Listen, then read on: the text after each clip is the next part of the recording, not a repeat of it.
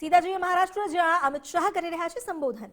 ये महाराष्ट्र की महान भूमिका सारी जनता के आकांक्षाओं का प्रतिबिंब है। महाराष्ट्र एक प्रकार से कई युगों से हर क्षेत्र में देश का नेतृत्व कर रहा है।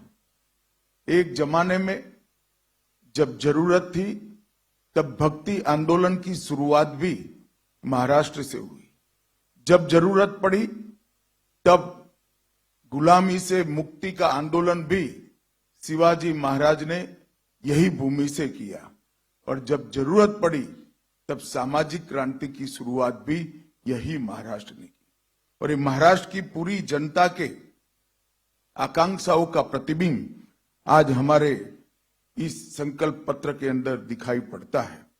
आज यहां पर मैं आप सबके सामने उपस्थित हूं। इस वक्त हमारे एनडीए की जो सरकार, महायुति की सरकार चल रही है, उसने किसानों का सम्मान करने की बात की है, गरीबों का कल्याण करने को जमीन पर उतारने का काम किया है, महिलाओं का स्वाभिमान बढ़ाने के लिए हम योजनाएं लेके आए हैं और विरासतों का पुनरुत्थान करने का काम भी महायुति सरकार ने किया है। मित्रों, आज मुझे बहुत खुशी है कि जब मैं अंबेडकर जी की भूमि पर खड़ा हूं तब अभी अभी कश्मीर में जो चुनाव हुआ, आजादी के बाद पहली बार कश्मीर का चुनाव के बाद मुख्यमंत्री का शपथ अंबेडकर जी ने बताए हुए संविधान से हुआ है। इससे बड़ी श्रद्धांजलि अंबेडकर जी की वो नहीं हो सकती। धारा 370 हटने के बाद पहली बार कश्मीर में भारत के संविधान की शपथ लेकर सरकार बनाने का काम हुआ और इसका पूरे देश को आज नाज है। हमने इस संकल्प पत्र के माध्यम से महापुरुषों की परंपराओं को, सांस्कृतिक विरासत को आगे बढ़ाने के संकल्प भी रखे हैं। अराजकता फैलाकर विकास के नाम पर विफल राज देने वालों की विफलताओं से बोध लेते हुए मजबूत, समृद्ध और सुरक्षित महाराष्ट्र कैसे हो, इसका भी इसके अंदर आपको योजना दिखाई पड़ेगी। आज चुनाव में हमारा मुकाबला अघाड़ी से है। मैं निश्चित रूप से कहना चाहता हूं कि अघाड़ी की सारी योजनाएं सत्ता के लालच में तुष्टीकरण की है, विचारधाराओं का अपमान करने वाली है और महाराष्ट्र की संस्कृति से छल कर कर केवल सत्ता प्राप्ति के लिए आगे बढ़ने वाली विचारधारा है। मित्रों, मुझे गत चुनाव का परिणाम याद है। आज मैं महाराष्ट्र की जनता के सामने कहने आया हूं कि आप लगातार तीसरी बार महायुति की सरकार को आपका मैंडेट दीजिए। पहली बार 2014 में महाराष्ट्र की जनता ने महायुति को मैंडेट दिया। भारतीय जनता पार्टी के नेतृत्व में महायुति की सरकार बनी। 19 में भी मैंडेट भारतीय जनता पार्टी और महायुति के लिए था, मगर जनादेश का द्रोह कर कर सत्ता की लालच में वो जनादेश को नकारा गया और अंतोतगत्वा जो कृत्रिम होता है, जो बनावटी होता है, वो लंबा टिकता नहीं है। वो सरकार गिरी और फिर से महायुति की सरकार बनी। महायुति एक मुश्त होकर, एकजुट होकर मोदी जी के नेतृत्व में सिद्धांतों के आधार पर महाराष्ट्र का कल्याण करने के लिए आगे बढ़ रही है और अघाड़ी की सरकार बनाने का जो लोग दावा कर रहे हैं, उनका चुनाव अभियान भी आंतरिक विरोधाभासों से घिरा हुआ है। मैं आज इस मंच से उद्धव ठाकरे जी को पूछना चाहता हूं, क्या वो कांग्रेस के नेता राहुल गांधी को इतनी विनती कर सकते हैं कि वीर सावरकर के लिए 2 अच्छे शब्द बोल दे? क्या कांग्रेस का कोई नेता सम्मानीय बाला साहब ठाकरे के सम्मान में 2 वाक्य अच्छे बोल सकता है क्या? ये अंतर विरोध के बीच में अघाड़ी की सरकार बनाने का स्वप्न लेकर जो लोग निकले हैं, उनको महाराष्ट्र की जनता जान ले, ये बहुत जरूरी है। भारतीय जनता पार्टी जब संकल्प लेकर आती है, संकल्प पत्र लेकर आती है, हमारे संकल्प पत्थर पर की लकीर होती और पूरे देश ने देखा है, चाहे राज्य हो केंद्र हो, भारतीय जनता पार्टी की सरकार, एनडीए की सरकार, महायुति की सरकार जब जब बनी, हमारे संकल्पों को सिद्धि में परिवर्तित करने का काम हमने प्रयास पूर्वक किया। कोई नहीं मानता था कि धारा 370 का वादा समाप्त हो जाएगा, इस देश से धारा 370 चली जाएगी, मगर आज धारा 370 को समाप्त करने का काम मोदी जी के नेतृत्व में एनडीए सरकार ने किया। कोई नहीं मानता था इस देश में सीएए आएगा, कोई नहीं मानता था इस देश में यूसीसी की शुरुआत हो सकती है, कोई नहीं मानता था कि इस देश के अंदर ट्रिपल तलाक समाप्त हो जाएगा, कोई नहीं मानता था इस देश में राम जन्मभूमि का मंदिर 550 साल के बाद सम्मान के साथ राम जन्म के स्थान पर ही भव्य मंदिर दिखाई पड़ेगा। इसके साथ साथ हमने वादा किया था समृद्ध भारत का। 11वें अर्थतंत्र से हमने 10 साल के अंदर ही देश के अर्थतंत्र को 5वें नंबर पर पहुंचा है और हमारा वादा है कि 27 में हम भारत को 3रे नंबर का अर्थतंत्र बनाएंगे। इस वादे की ओर हम तेजी के साथ आगे बढ़ रहे हैं। 60 करोड़ गरीबों को घर, बिजली, गैस, शौचालय, पीने का पानी, मुफ्त अनाज और मुफ्त इलाज, ये देने का काम भी हमने किया है। और दूसरी ओर अघाड़ी है, कांग्रेस के अध्यक्ष ने भी कहना पड़ता है कि कांग्रेस के जब वादा करे तो सोच समझ कर करे, क्योंकि वादा पूरा नहीं करते हो और मुझे जवाब देना पड़ता है। हमारे सामने हिमाचल का उदाहरण है, कांग्रेस वादों से मुकरी है। तेलंगाना का उदाहरण है, कांग्रेस वादों से मुकरी है। कर्नाटक का उदाहरण है, कांग्रेस वादों से मुकरी है। ये अघाड़ी के वादों के विश्वसनीयता पाताल से नीचे गई है और युति के वादों पर पूरे देश की जनता को भरोसा है, भारत की जनता को भी भरोसा है। और इंतहा तो तब होती है कि जिस संविधान की प्रति को लेकर राहुल जी संसद में संसद सदस्य की शपथ लिए, जिस संविधान को लहराकर बाबा साहब आंबेडकर के संकल्पों की याद दिलाई, जब किसी प्रेस के मित्र ने वो संविधान की प्रति को खोल कर देखा तो पूरा कोरा था, एक अक्षर भी नहीं लिखा। इससे बड़ा अपमान भारत के संविधान का भारत की 76 साल की आजादी में कभी नहीं हुआ। न केवल ये भारत के संविधान की अपमान है, भारत की संविधान सभा और बाबा साहेब आंबेडकर का भी अपमान करने का काम एक कांग्रेस पार्टी ने किया है। और अभी अभी मैंने अखबारों में देखा, दस्तावेज भी देखा है, उलेमाओं की कॉन्फ्रेंस ने, उलेमाओं की एक संस्था ने मांग की कि माइनॉरिटी को आरक्षण दिया जाए और कांग्रेस के अध्यक्ष नाना पटोले जी ने इस मांग को स्वीकार करने का पत्र, एक्नॉलेजमेंट एक दिया है। मैं महाराष्ट्र की जनता को पूछना चाहता हूं, क्या कांग्रेस पार्टी के ये मंसूबे के साथ आप सहमत हैं क्या? एसटी, एससी, ओबीसी, दलितों का, आदिवासियों का और पिछड़ों का आरक्षण लेकर मुस्लिमों को देने के पक्ष में महाराष्ट्र की जनता है क्या? हमारा संविधान धर्म के आधार पर आरक्षण के पक्ष में नहीं। हमारे संविधान में किसी भी प्रकार का आरक्षण धर्म के आधार पर नहीं हो सकता। और ये कांग्रेस ने सत्ता में आने से पहले ही वादा कर दिया है।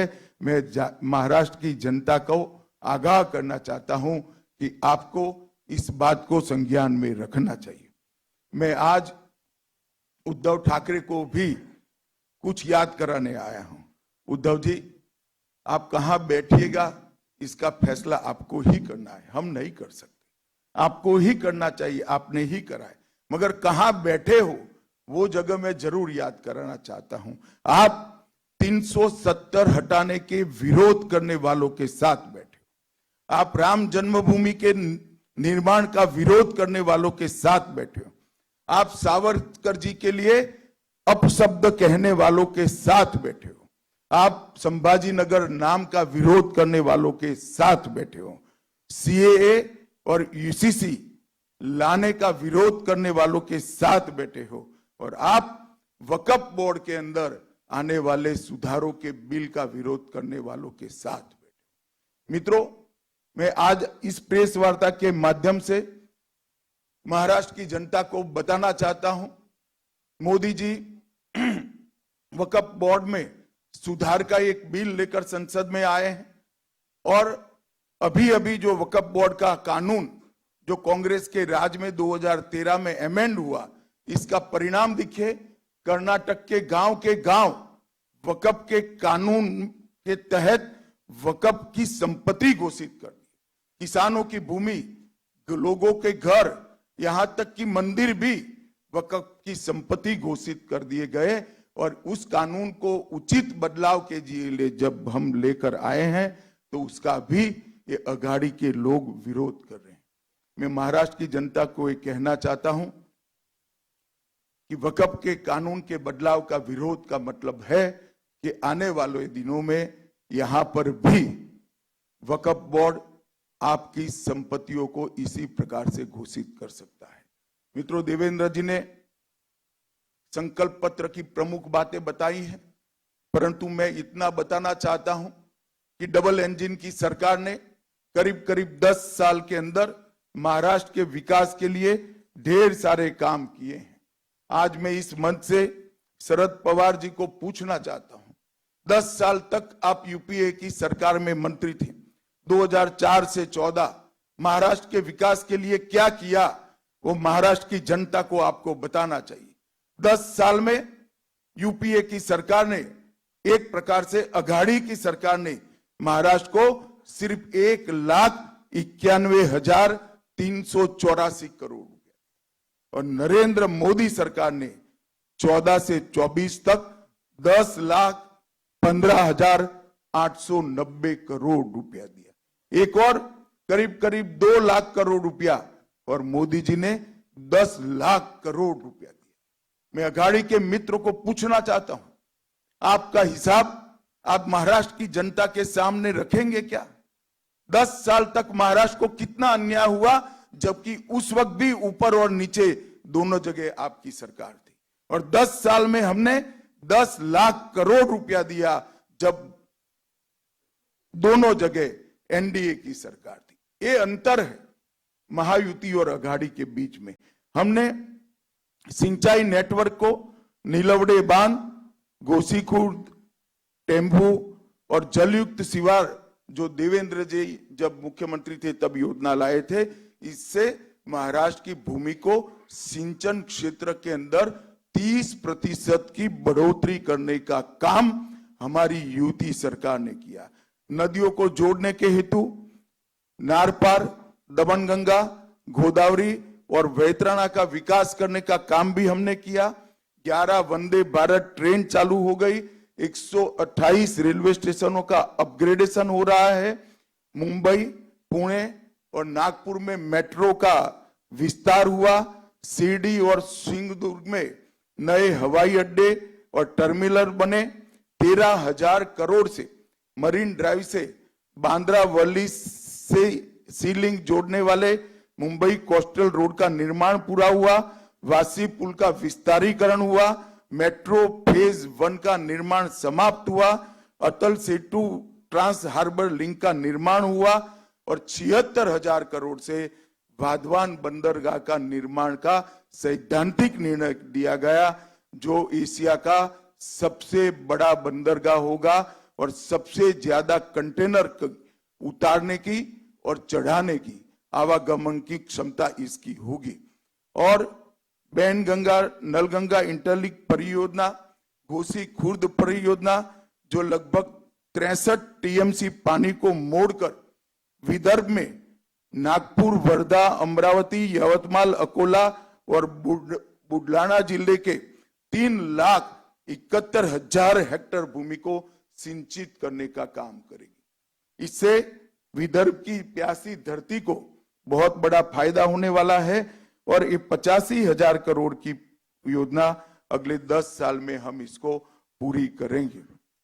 2200 करोड़ से खड़कवासला बांध से फुरसुंगी तक 34 किलोमीटर सुरंग बनाकर हमने एक बड़ा साहस करने का निर्णय किया है। 24 में सोलापुर हवाई अड्डे का उद्घाटन हुआ, पुणे और कोल्हापुर में नए टर्मिनल बने और पालघर जिले में बहुउद्देशीय बंदरगाह बनाने का भी हमने निर्णय किया। 13,000 करोड़ के निवेश से 2800 मेगावाट की संयुक्त क्षमता वाले 2 पंप हाइड्रो स्टोरेज प्रोजेक्ट शुरू हमने किए और सिरवाटा पुणे 1800 मेगावाट और भीवपुरी रायगढ़ में 1000 मेगावाट की योजनाओं को भी हम लेकर आए। इसके अलावे आज एक प्रचार हो रहा है कि महाराष्ट्र में इन्वेस्टमेंट नहीं आ रहा है। मैं अघाड़ी के मित्रों को याद कराना चाहता हूं, जब अघाड़ी की सरकार कुछ समय के लिए चली तब महाराष्ट्र इन्वेस्टमेंट में फिसल रहा था। महाराष्ट्र एफडीआई इन्वेस्टमेंट में 4थे नंबर तक फिसल गया था। हमारी सरकार बनने के बाद, एकनाथ शिंदे जी और देवेंद्र जी और अजित दादा की सरकार बनने के बाद दोनों वर्ष में हाईएस्ट एफडीआई अगर कोई एक राज्य के अंदर आया है तो वो महाराष्ट्र में आया है। वो आपको याद होना चाहिए। शरद पवार जी जिस प्रकार के वादे करते हैं और जिस प्रकार के मुद्दे खड़े करते हैं, इसका सच्चाई से किलोमीटरों तक कोई संबंध नहीं होता। झूठे आरोप कर कर, एक विमर्श खड़ा कर कर, एक नकली जनादेश लेने का आपका जो आदत है वो इस बार सफल नहीं होने वाला है। इस बार महाराष्ट्र की जनता महायुति के पक्ष में खड़ी है। मित्रों, ये संकल्प पत्र लेकर जो हम आए हैं, वो संकल्प पत्र में देवेंद्र जी ने 25 मुद्दे, प्रमुख मुद्दे आप लोगों के सामने रखे हैं। लाडली बहन તો બુલેટિનમાં ત્યાર બસ આટલું જ। વધુ સમાચારો માટે આપ જોતા રહો ગુજરાત ફર્સ્ટ ન્યૂઝ, તમારી સાથે તમારી માટે।